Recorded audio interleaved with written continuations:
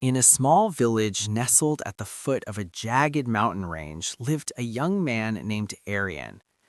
Aryan was talented but easily discouraged.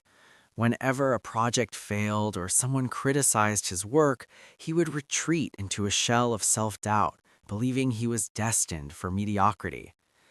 One morning, his grandfather, a wise man known for his quiet strength, invited him for a hike.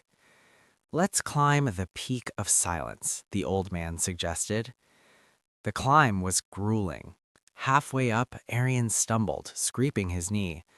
"See," he muttered, throwing his hands up, "the universe is telling me to go back. I'm not a climber." His grandfather said nothing, only pointing toward a small stream trickling down the rocks. They followed it until they reached a high, narrow canyon. The old man stopped and shouted into the void, "I am a failure." A second later, the mountain roared back, "I am a failure, failure, failure." Aryan looked at his grandfather, confused. The old man smiled and shouted again, "I am a champion." The mountain echoed, "I am a champion, champion, champion." "Life, Aryan, is an echo," the grandfather said softly. "It gives you back exactly what you give it. If you tell yourself you are defeated by a scraped knee, the world will reflect that defeat. But if you shout your strength into the wind, the world has no choice but to roar it back to you."